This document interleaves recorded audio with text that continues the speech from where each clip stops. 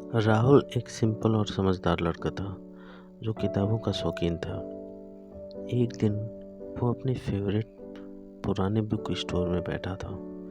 तभी साक्षी, एक एनर्जेटिक लड़की वहाँ आई। दोनों की नज़रें मिली और कुछ कहे बिना एक कनेक्शन फील हुआ। साक्षी ने मुस्कुराते हुए कहा, एक्सक्यूज मी, क्या तुम भी किताबों के फ़ैन हो? राहुल ने हल्की सी स्माइल के साथ जवाब दिया, हाँ, बुक्स ही मेरे सच्चे फ्रेंड्स हैं। इसके बाद दोनों की बातें शुरू हो गई। किताबों से लेकर लाइफ के छोटे बड़े मोमेंट्स और डिस्कस करते हुए वे दोनों अच्छे दोस्त बन गए। उस छोटे से शहर की इस बुक स्टोर ने उनकी दोस्ती को धीरे धीरे प्यार में बदल दिया। दिन, हफ्ते और महीने यूं ही बीत गए। दोनों का रिश्ता अब बहुत डीप हो गया था। राहुल हर रोज साक्षी से मिलने के बहाने ढूंढता और साक्षी भी उसके बिना एक पल नहीं रह पाती थी। एक दिन राहुल ने साक्षी को कॉफ़ी शॉप में बुलाया। वो थोड़ा नर्वस था पर उसकी आईज में एक्साइटमेंट थी। जब साक्षी आई तो राहुल ने उसकी तरफ देखते हुए कहा, Sakshi, I need to tell you something. I think I fallen in love with you. Sakshi एक पल के लिए शॉक में थी। फिर उसने हंसते हुए कहा, रियली? मुझे तो कब से पता था। दोनों ने एक साथ हंसते हुए अपना पहला प्यार कन्फेस किया। अब राहुल और साक्षी एक दूसरे के बिना एक पल भी नहीं रह सकते थे। वे हर वीकेंड एक दूसरे से मिलने के लिए प्लान बनाते, लॉन्ग ड्राइव पर जाते और फ्यूचर के सपने देखते। राहुल ने अपने दिल में एक प्रॉमिस किया कि वो साक्षी के साथ अपनी पूरी लाइफ बिताएगा। लेकिन जिंदगी इतनी इजी नहीं होती है। एज यूजुअल कुछ महीनों बाद साक्षी को जॉब के सिलसिले में दूसरे शहर जाना पड़ा। उनके बीच की दूरी बढ़ने लगी और कम्युनिकेशन धीरे धीरे कम होने लगा।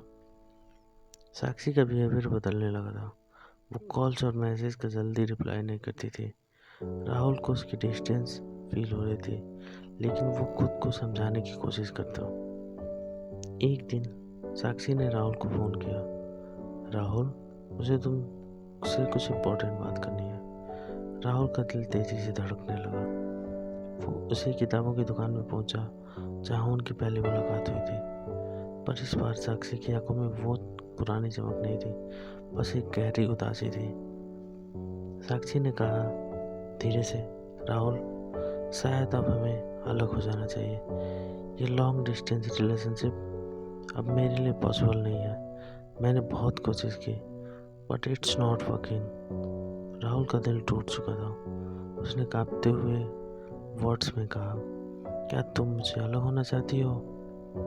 साक्षी ने आंसू भरी आंखों से उसकी तरफ देखा और धीरे से कहा, yes Rahul, it's better for both of us.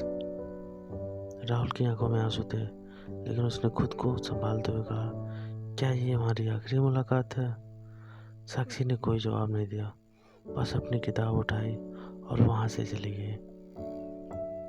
Rahul ने साक्षी के जाने के बाद हर वो कोशिश की जिससे वो उसे भुला सके, लेकिन उसकी यादें राहुल का पीछा नहीं छोड़ रही थी। एक दिन राहुल को साक्षी का एक लेटर मिला जो उसने कुछ महीने पहले लिखा था।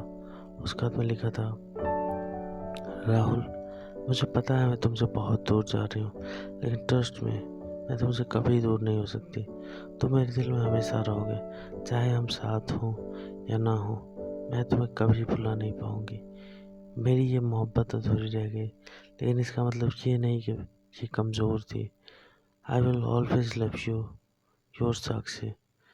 राहुल ने वो खत पढ़ा और उसकी आंखों में आंसू आ गए। उसने महसूस किया कि कुछ रिश्ते भले ही अधूरे रह जाते हैं, लेकिन उनकी गहराई कभी ख़त्म नहीं होती।